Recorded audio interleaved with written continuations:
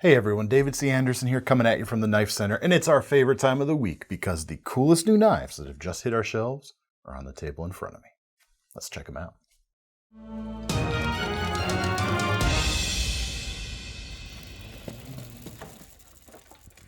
All right, the first knife on the table is appropriate since the Halloween spooky season is right around the corner. Some retail stores have had their stuff out for months, so hey, what can I say? There's Christmas stuff out already in stores. But seems like I complain about it earlier every year. Do you ever stop complaining about it is the real question. Whine about it. Jury's still out on that one. Candy corn case knives. Candy corn Kirinite inlays. So it's an acrylic-like material, and I'm not a huge fan of the candy corn, but this is a really cool look. This right here is the Trapper with this handle material, coming in at about $76 with the stainless blades, high polished for Thomas's pleasure right there. Several different knife patterns with this are new on the site right now, including a mini Trapper, the Rust Lock, and the Muskrat as well. You can get all of those. All of them are going to be built here in the USA in Case's Pennsylvania factory, and they're just going to be really cool, really nice. Even other times of the year, but especially appropriate given the turning of the seasons here, which I'm very grateful for. I'm grateful for soup season more than anything else, quite honestly. Next up. The first candy corn knife we've seen here, though. Whatever could you mean? Next up is a knife that was in stock when we pulled them for this video, but now they are sold out, apparently, according to the website I'm looking at right now. So I'll briefly mention it only just because it's on the table and you guys will be mad if I don't talk about it. The lightweight sprint run version of the Dragonfly 2 with the PD1 blades. That's a Carpenter steel. Two limited edition Carpenter steel knives from Spyderco on the table today. We'll get to the next one in a moment. This is a kind of similar steel to something like Crewwear in its performance. You get it with a black coating because it's going to help keep the stain resistance at bay. And even though you can't get this Dragonfly, unless we're somehow able to source another batch of them, you could get other Dragonflies on the site. Great small knife, folds up really nice and compact, works well for fifth pocket carry even, and yet you can get pretty much a full grip on the knife. You know, bigger hands might get slightly, have some slight ergonomic issues. My hands are slightly larger than average, and this just works for me. Like, it's right on the edge, but it does. You got a nice thin slicey blade. You've got plenty of traction thanks to the bidirectional texturing there, strength from the lockback. It's just a classic design. So you can check out the other versions instead of this one. Sorry about that, folks. Next up though, like I said, we do have another Carpenter Steeled limited Spyderco. This is the Shaman with the XHP blade steel. Now we had a batch of these in and they went super quickly, so I didn't even get a chance to put them on the video. We were able to secure, I believe, the remainder of the ones that are out there from the distributor. This is a distributor exclusive. So once these are gone, they will be gone. The Shaman has a thicker handle than many of Spyderco's folders. This one is made out of black canvas micarta. It's contoured nicely here, right on the edge only, but just enough to give a very full feeling and secure grip. And then you can get up in that finger choil area and have plenty of fine control over this blade. And this is kind of the start of a trio of kind of hard-working folders, like heavy-duty, hard-use folders we're gonna look at. The blade here is a little bit thicker than most Spyderco folding knives, and the grind doesn't go all the way up. It's not a full flat like most Spydercos, so you get a little bit of that full thickness spine to give the knife a little bit more backbone, and that is backed up by the strong compression lock there from the back as well. It flicks open nicely. Some folks with more skill than I are able to front flip this even. I can slow roll it. Never been good at front flipping it, but hey, there you go. Let's talk about XHP for a minute. Honestly, the standard steel on a Shaman S30V, it's not going to be a whole huge amount of difference from S30V. The kind of interesting things here are the way it gets its edge retention. From here, you're dealing with big chromium carbides. In some ways, it's kind of like a more stainless version of D2. whereas S30V is going to get a lot of its edge retention, I believe, from vanadium carbides. What does that mean to you, the end user? Probably not a whole lot. But XHP is harder to find, so there's that cool rarity factor. And honestly, I would buy this for the canvas micarta handles over the G10 in any case. And it's actually less expensive than the standard version, $262 and some change versus $270, I believe, for the G10 and S30V version. Done and done. I mean, that's reason enough to buy it, even if the steel is not dramatically different in terms of real world performance. So, do you disagree? Folks out there, if you have an XHP or experience with XHP, do you consider it to have dramatically different performance from the S30, S35 range of steels? Let me know. Curious to hear in the comments. Next up, in the trio of hard use folders that we're looking at, the new Bulwark FLK from SOG and designed, of course, by Mikkel Willems. And I say, of course, because this is a very clearly Mikkel Willemsen design. These come in at $125. You've got D2 steel, about 3.6 inches on the blade length. Not super thick, but thick enough for a decent amount of strength. And the handle really imbues it with more than a decent amount of strength. It's kind of, let's see, 4-piece, actually. I think it's more pieces than you think. You've got a frame lock here, but it's not really a frame lock. It kind of is. We're gonna say it is. But you've got these micarta sections here that house the pivot, and then that is connected on the front to this stainless steel frame, for lack of a better word, which then connects to the back spacer, and the stainless steel frame on the back is part of, or forms, the lock face right there. It's a really cool look. It feels substantial. It kind of allows them to do something similar to what Kershaw does with their subframe lock, but obviously is built differently so it doesn't infringe on their patent, but you get a frame lock and frame locking security, that nice, to use a cliche, bank fault feel. I mean, this is a super solid knife, just the hintiest hint of side-to-side play, but very stable. And as you're working it, the more you grip it, the more you squeeze it, the more secure that lock is. So you get those advantages while also being able to enjoy a nice handle material that you might normally only see on the front of a frame locking knife. You get it on the back here as well. Rounding things out, we've got a milled pocket clip here, single-sided. Let's check out the action on it. There's a couple ways to open it. You've got the blade cut out, as you can see, and the flipper tab. There's ball bearings in this pivot, and it flips quite nicely. Let me do a reverse flick real quick, just to say I did, and it did quite nicely. You can get this with blue or green micarta right now, $125. Next up, from our hard-working folders, hard-use folder trio, a classic in the genre, the DPX HEST, now the version 4 of the HEST F folder in flipper form with MagnaCut blade steel, I believe for the first time on the HEST series. These come in at $275. They're made by Lion Steel for DPX. And you got this just over 3-inch drop point blade, nice and thick for plenty of durability and enough of a high flat grind that's gonna slice okay. It's not gonna be a scalpel-like slicing capability here, but you are going to get the strength of that nice wedge of material. And the MagnaCut here is gonna be tougher on top of that than the M390 that previous versions of this knife have been made from, or previous generations, I should say. So a lot of strength in that blade, backed up by the frame lock. We've talked about why that's nice and strong here just a second ago, and this one is super stable. I can't detect any kind of play on that blade whatsoever. Rounding out the blade itself, since we're talking about that, you've got this bottle opener here that also acts as a pocket deployer, and you've got 3 different diameters of jimping right here, work as 3 different sizes of wire stripper. Backside is titanium. Front side on this one is canvas micarta, but there are a few different flavors you can choose from right now. We've got thumb studs or a flipper tab. Are we ball bearings in this one? Yes, it looks like it. Feels like it too. Yeah, no, feels like it too. And we've got thumb studs as well. Flicks quite nicely. There's enough length here for my slightly larger than average hands. You've got a deep carry pocket clip, which is reversible because it's tail mounted in much my favorite fashion.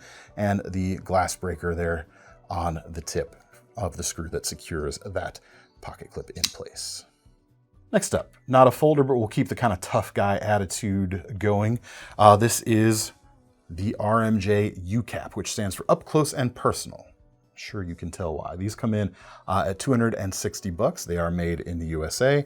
You've got these fluted G10 handles that look very cool, and you've got a 4¼ inch Nitro V clip point blade, kind of a mini buoy in a way.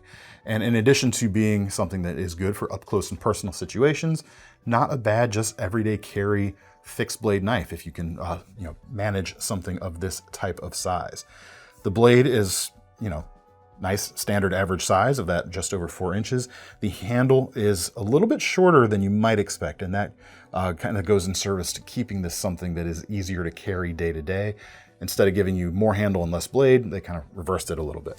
It's just enough there, standard grip for me without consciously trying to alter it. It's kind of 3.5 fingers. Your mileage will of course vary. In fact, the actual, since this is straight, it's easy to measure. We're dealing with about roughly 3.5 inches of handle length right there. If I want to choke up on it, I'm going to have to straddle the index finger guard right there a little bit, but I can get a nice full grip back here when I need to. And in other situations, you've got the protection of that finger guard right there. If I didn't mention it already, Nitro V steel. It's not a powder metal, but it is a very tough steel, which should make this a pretty hard working fixed blade indeed. And there's a sheath over here somewhere. There it is. Why'd you let me put it over here, Thomas? I didn't let you do anything. It is. You didn't do it. I felt compelled. It is a Kydex sheath. It comes with this plate here and a nice metal sprung clip with a J hook there at the bottom.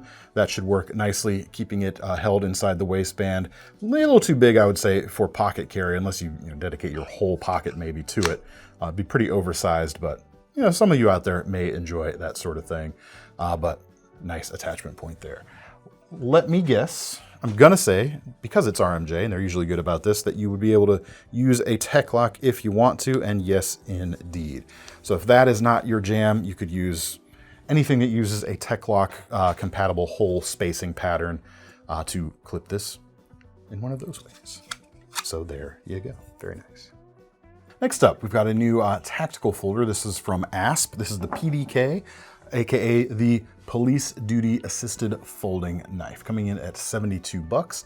You've got G10 for the handles, a couple of different versions of that G10 handle actually. They're all this black licorice flavor, but there are two different milling patterns. One is more flat, but this one right here, the grooved grip, I think is exceptionally nice. You can get either one of those handle patterns with a black coated or a stone washed blade, however.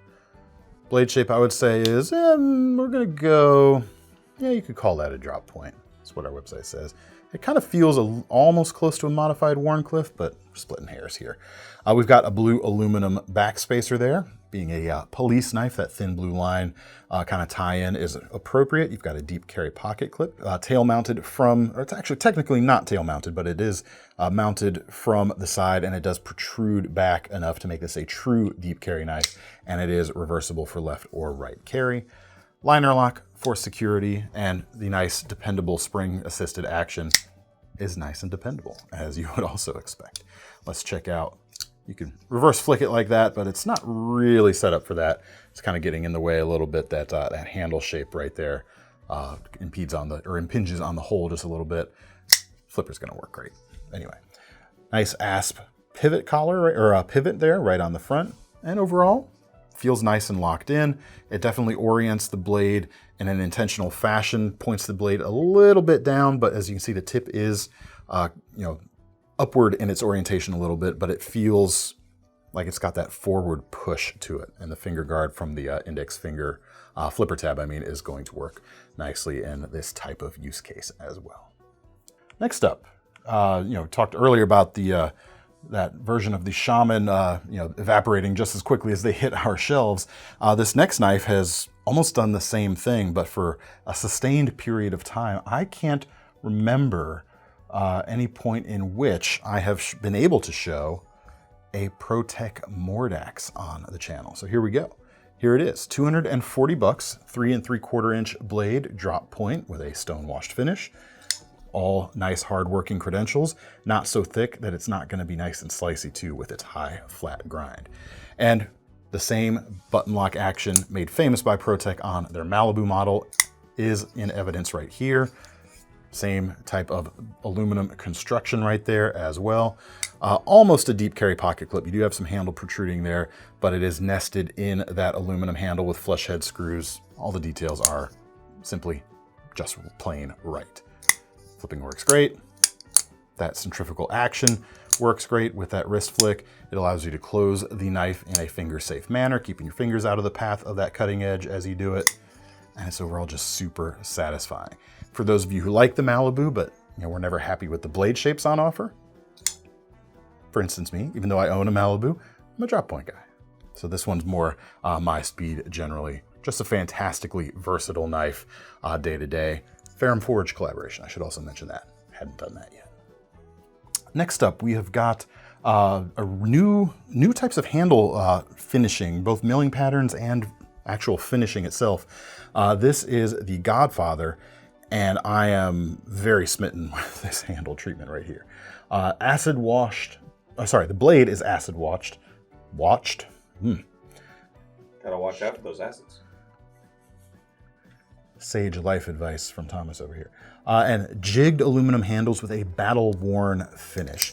So they do the milling pattern on it and then they distress it. They tumble it. They do something to make it look like it's been carried, broken in, relicked almost, you might say.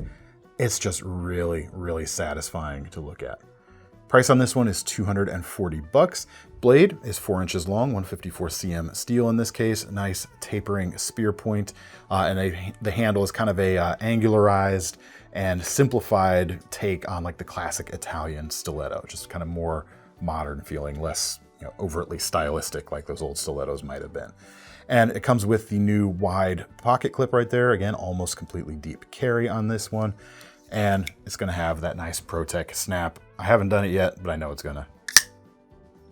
Have I ever led you wrong? I'd like to think I haven't. Let me know. Yeah, just super cool. How much time do we have for me to just like look at it? I'm on the clock. We're losing people as I sit here. Next up, similar type of finish, but with a different color. This is the TR4 with the Battleworn gray feather texture aluminum. So a little bit different from the jigged pattern right there, but similar vibes as you can see. And of course, this is the a gray handle as opposed to black. This one's coming in at 360 bucks. The Godfather, I didn't mention that, I don't think was 240. This one, you've got a 4-inch MagnaCut blade drop point shape, kind of a saber height flat grind. Feels good in the hand too. Plenty of handle length here for the larger handed folks. As you can see, I've got almost a whole extra finger's worth of space there at the back should I need it. And you've even got a large choil area here at the front. If you wanted to get your fingertip up in there for some finer work, you could do that. No edge protection from your finger in that position, however, so be careful. New wide pocket clip. Let's check out the action. You do have an extra safety switch right there that is going to prevent it from accidentally being depressed. That is good peace of mind for some. Nice action. And the safety switch does not work in the open position. It's only to keep the button from being depressed for its deployment action. There you go. TR4, new handle texture, awesome steel. Let's go. Next up, if you're craving a side opening automatic knife, but your budget is not quite up to either of those, may I point you to Kershaw's Launch series. All of them have traditionally provided very good value, and this new version here is no exception. This is the Launch 19, a new variant of it, coming in with a CPM 154 blade, which is the powder metal equivalent, or the powder metal upgrade to your 154 CM, gets you a lot more toughness out of that steel as a result. And this knife comes in at just under 168 bucks. Kind of similar vibes actually to that TR4 in a way. Similar, not the same. Blade here, 3.3 inches long, nice long straight clip point. It kind of reminds me in some ways of like old school skinning knives. It's almost like a sharp finger type of blade shape. Not quite, but it's really cool. Great for EDC though, regardless, not just a hunting blade. Don't take me that way. High flat grind, nice and slicey, really cool powder metal steel, and two-piece handle construction here on the front. You've got the aluminum frame, which is the standard kind of de rigueur thing with the Launch series. And on this one, you've got black micarta. Actually, the website says black G10, and now that I look closer, it is indeed black G10. The differentiation or difference in color there kind of threw me off for just a little bit, but it is G10 in any case. Feels good in the hand. Standard grip here in the standard handle area is just enough for me to get 4 fingers. I like the kick up here at the back, gives you some nice pinky controllability of that blade. And like the TR4, you've got a little area to choke up on with your finger if you want some finer control. Let's check out the action. Quite satisfying. I've always said this is up there with any of the best side opening automatic actions in the industry.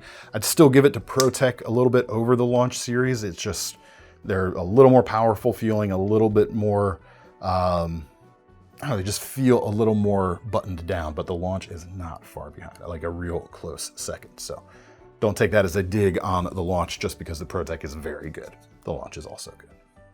Now, in addition to the Launch series, which has been going since the Launch 1. Since the Launch 1. We're on the was this 19, did I say? I get their numbers confused too. I mean, the better part of a decade at least has seen they've been doing the Launch series.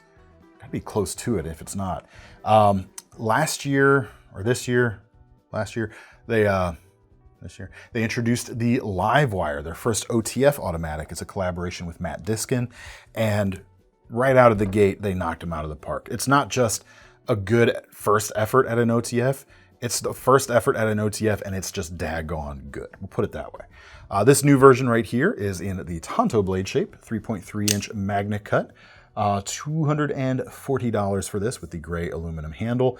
And more than the action, which is good, don't get me wrong, and it's easy to operate, the other big thing I really appreciate about the Livewire, whether it's the Tonto or the Spear Point version right here, is they've got blade geometry that's actually meant to be used as, just a day-to-day cutting implement. Other OTFs, actually this Guardian Tactical's on the thinner side too. Some OTFs go really thick and wedgy for the tactical type of applications, and for some folks, that's perfect. For me, I really like the slicey blade here. Full flat grind on this blade, not too thick to start with, and it is just going to be a nice blade to cut with. I know because I do. I have one and have been using it. Deep carry pocket clip. It may look kind of strange and non-reversible because of its downward pointed angle, but it is perfectly reversible, and despite how it looks, again, I can tell you from having carried one of these myself, it's perfectly natural in and out of the pocket. It doesn't present any issues. Action is quite good, as I mentioned. Not too much effort required to use it. That's just all around a great EDC.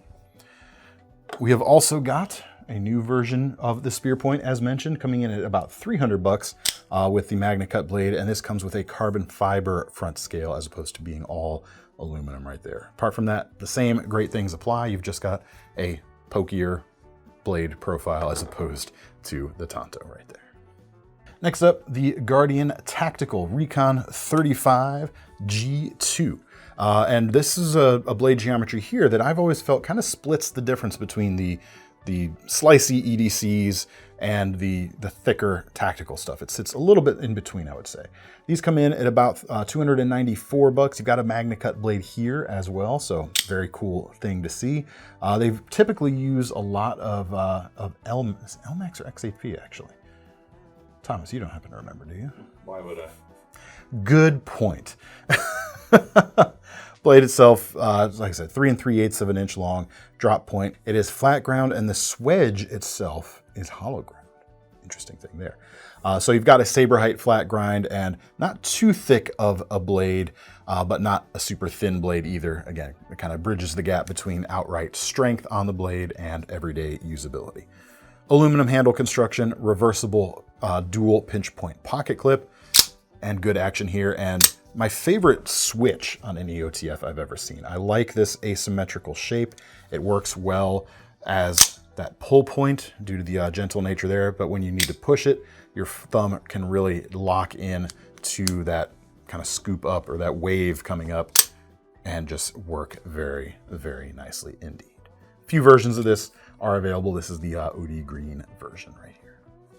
All right, I know we've been having fun talking about different handle colors as being different flavors. And sorry if you guys are getting tired of it. It keeps me entertained. This is gonna be a hard one to identify the flavor. Confetti cake. Confetti cake. It's not too bad, but the black is rather prominent. So is it, it's like blackened confetti cake? Or Black like confetti cake. cotton candy splatter on noir pavement. That's more of a like poem than a than a flavor, I guess. You want to know what they call it? They being Tactile Knife Company, the knife being the Maverick. This is a limited edition seasonal Vice version. So, yes, there you go. Like Vice City, that sort of thing.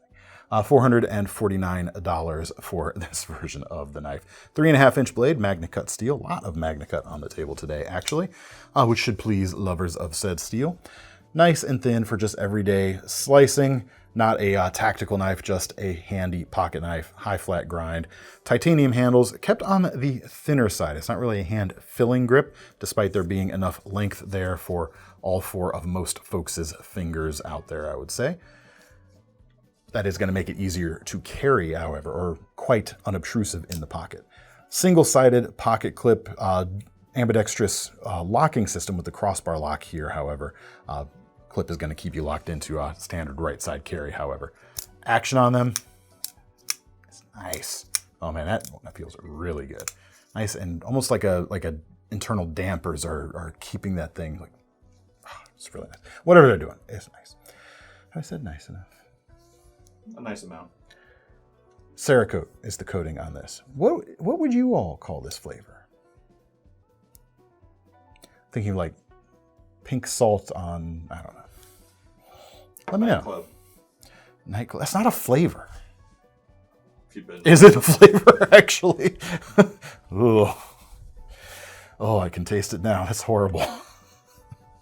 If you like that kind of blade shape, but don't want the garishness of that one, it may sound like I'm giving it a hard time. I actually love that Tactile Knife Company does stuff like this because it exhibits, like, there's a sense of humor to this. There's a sense of fun to this, which is great because, you know, some of us nice knife people take ourselves too seriously sometimes. Don't do that.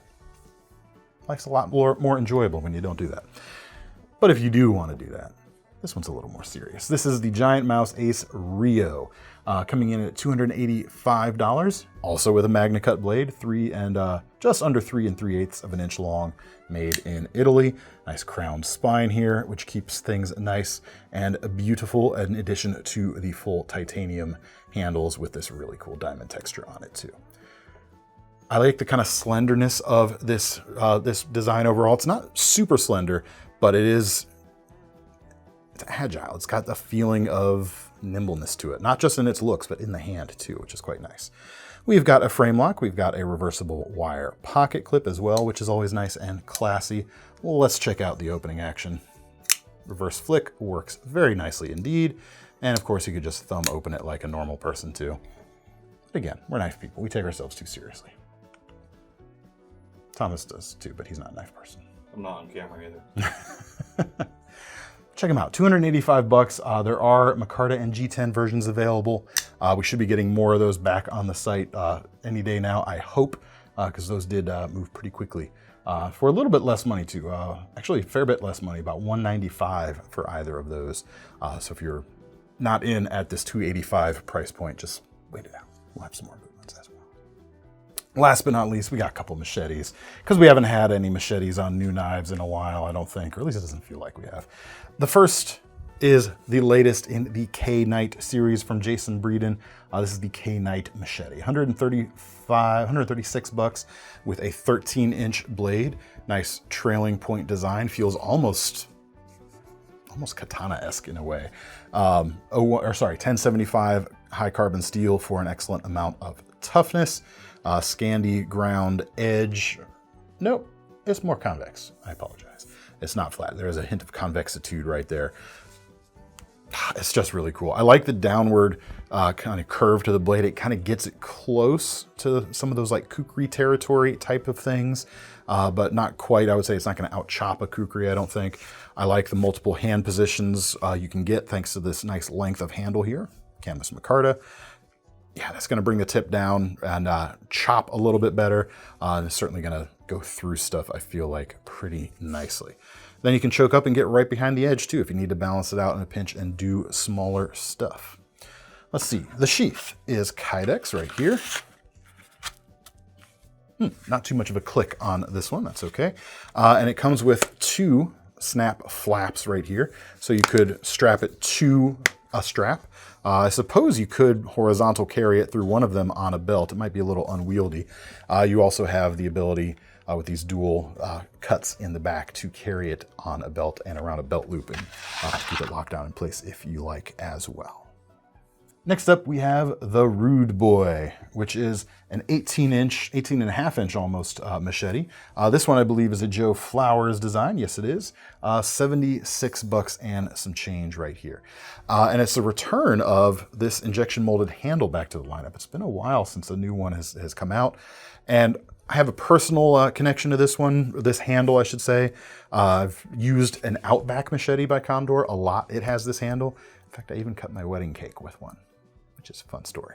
So it always pleases me to see one of these. And the blade here is very cool. Straight back spine, dropped belly right here to get you a little more mass out there for chopping. And yet a high convex out there keeps it thinner as well. So you get thin edge geometry, a little more mass to counteract that a little bit, so you still have a decent hit, I would say, and that very acute tip right there. This feels almost like, both of these could almost be described as nice agricultural tools that would be good in the zombie apocalypse. Anyway, also comes here with a leather sheath with a rotating dangler loop here at the back. It's quieter than a Kydex sheath, which could be handy in the apocalypse as well, don't you think? Anyway. Good to sneak up on the zombies. Yes. Just make sure they don't have their melon testers on them. Viewers of the FAQ video last week will know what I'm talking about. That's all we have for today, folks. Let me know what you thought down in the comments, and to get your hands on any of them, guess what? There's links in the description as usual, and those will take you to KnifeCenter.com.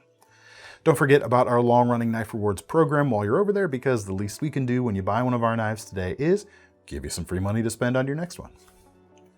I'm David C. Anderson from the Knife Center. That's Thomas behind the camera, and we are signing off.